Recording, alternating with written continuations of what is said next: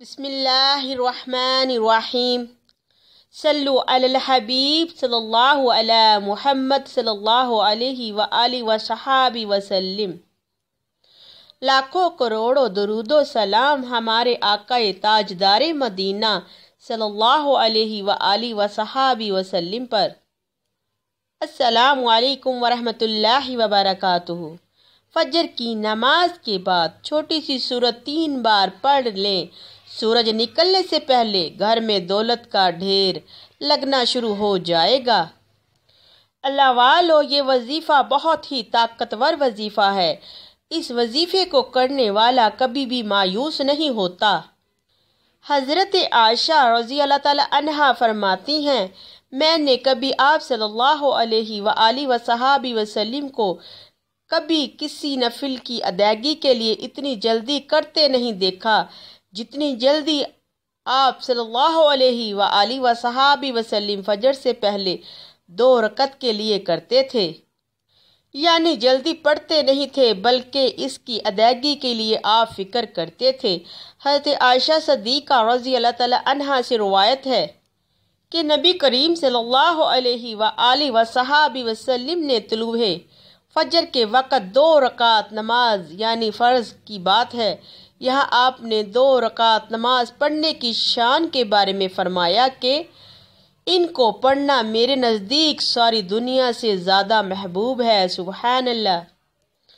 آپ صلی اللہ علیہ وآلہ وصحابہ وسلم نے فرمایا، جو آدمی عشاء اور فجر کی نمازوں میں آ سکتا ہے تو اس پر لازم ہے کہ وہ آئے، اگرچہ اسے گھسیٹ کے ہی کیوں نہ آنا پڑے، یعنی گھٹنوں کے بل یا پیٹھ کے بل ہی کیوں نہ آنا پڑے، لیکن وہ آ کر با جماعت عشاء اور فرض کی نمازیں لازمی پڑھے۔ اللہ والو، حدیث مبارکہ میں آتا ہے کہ جو بندہ نماز فجر ادا کرتا ہے تو اللہ تبارک تعالیٰ کی ذمہ داری میں سارا دن وہ بندہ رہتا ہے، اللہ تبارک تعالیٰ کی حفاظت میں رہتا ہے، تو اس کی حفاظت اللہ تعالیٰ اپنے ذمہ لے لیتے ہیں۔ سبحان اللہ۔ اور جو نماز عشاء پڑھتا ہے تو صبح تک وہ بندہ اللہ تعالیٰ کی ذمہ داری میں رہتا ہے، اللہ تبارک تعالیٰ اس کو تمام آفتوں مصیبتوں بیماریوں کے حملوں سے اپنی حفاظت میں رکھتے ہیں اور تمام رات اس پر رحمتیں اور برکتوں کے نزول فرماتے ہیں۔ سبحان اللہ۔ اللہ والو، فجر پڑھنے والا شام تک اللہ کی حفاظت میں ہوتا ہے۔ اس میں ایک واقعہ بھی آتا ہے، احادیث کی کتابوں میں کہتے ہیں کہ سالم بن عبداللہ بن عمر ابن عمر کے کیا لگتے بیٹے اور حضرت عمر کے پوتے یہ حجاج کے پاس بیٹھے ہوئے تھے۔ حجاج کے بارے میں سب جانتے ہیں کہ یہ بہت ظلم کرتا تھا، تو حجاج نے ان سے کہا، اٹھو اور فلاں آدمی کی گردن اڑا دو۔ تو سالم نے تلوار اٹھائی کیونکہ اس کا حکم تھا مارنے کا، اور اس آدمی کو پکڑا اور محل کے دروازے کی طرف چل پڑا۔ تو ان کے والد ابن عمر نے ان کو دیکھ لیا۔ جب اس آدمی کو باہر لے کے جا رہے تھے تو انہوں نے کہا کہ کیا یہ واقعی ایسا کرنے جا رہا ہے؟ انہوں نے 2-3 بار یہ بات دہرائی۔ سالم نے ان سے پوچھا کہ کیا تم نے فجر کی نماز پڑھی ہے، یعنی جس کو مارنے کا حکم تھا؟ کہا، تم نے فجر کی نماز پڑھی ہے؟ اس شخص نے کہا، ہاں۔ سالم نے کہا، پھر تم جس راستے سے جانا چاہتے ہو چلے جاؤ۔ اور وہ واپس آ گئے اور تلوار پھینک دی۔ حجاج نے ان سے پوچھا کہ کیا تم نے اس شخص کی گردن اڑا دی؟ تو آپ نے فرمایا، نہیں۔ تو حجاج نے پوچھا، کیوں؟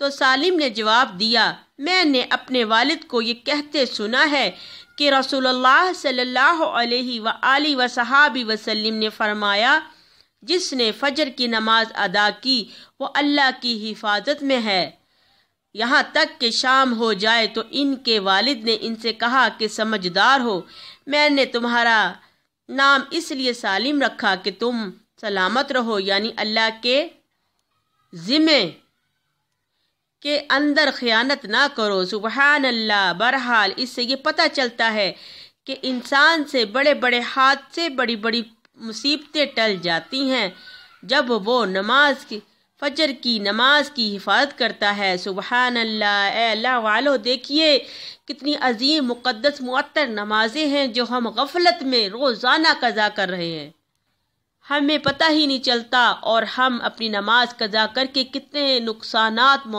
لے رہے ہیں۔ آفتیں، مصیبتیں، پریشانیاں، جادو جنات نے ہمیں گھیرا ہے۔ سب سے بڑی بات کہ گھر میں تنگ دستی، غربت نے ہمیں مار ڈالا ہے۔ اے اللہ کے نیک بندو، جس وقت بندہ فجر کی نماز پڑھتا ہے تو اللہ تبارک تعالیٰ اس کی تمام دنیاوی کاموں میں برکت شامل فرما دیتے ہیں۔ رزق میں، دولت میں، پیسے میں اللہ پاک بے پناہ برکت عطا فرما دیتے ہیں۔ تو نماز فجر غفلت میں نہ گوایا کریں، ضرور پڑھا کریں اور اللہ کی رحمتیں اور برکتیں حاصل کیا کریں۔ آئیے اب ہم آپ کو یہ پیارا عمل بتاتے ہیں۔ آپ نے نماز فجر کے بعد 11 بار درود ابراہیم پڑھنا ہے، اور اس کے بعد آپ نے کثرت سے سورہ کوثر پڑھنی ہے۔ جتنی بھی پڑھ سکے اتنی ہی سورہ کوثر پڑھیں۔ اللہ والو، جو فقیر تھے انہوں نے سورہ کوثر کا وظیفہ کر کے آج کروڑوں پتی بن چکے ہیں، تو پھر آپ کیوں تنگ دستیوں میں پھنسے ہیں؟ ایک بار سورہ کوثر سے دل لگا کے دیکھیے، انشاءاللہ میرے رب کے تمام غیبی خزانوں کے نظام آپ کی طرف متوجہ ہو جائیں گے، اور میرا رب جھولیاں بھر بھر کے آپ کو نواز دے گا۔ کثرت سے جتنی دیر بھی آپ سورہ کوثر پڑھ سکتے ہیں پڑھیں، اس کے بعد پھر 11 بار درود ابراہیم پڑھ کے اللہ کے حضور دعا مانگے۔ انشاءاللہ اللہ تعالیٰ کی رحمتیں اور برکتیں فوراً آپ پر موسلادھار بارش کی طرح برسنا شروع ہو جائیں گی انشاءاللہ۔ جزاک اللہ خیرہ۔ السلام علیکم ورحمۃ اللہ۔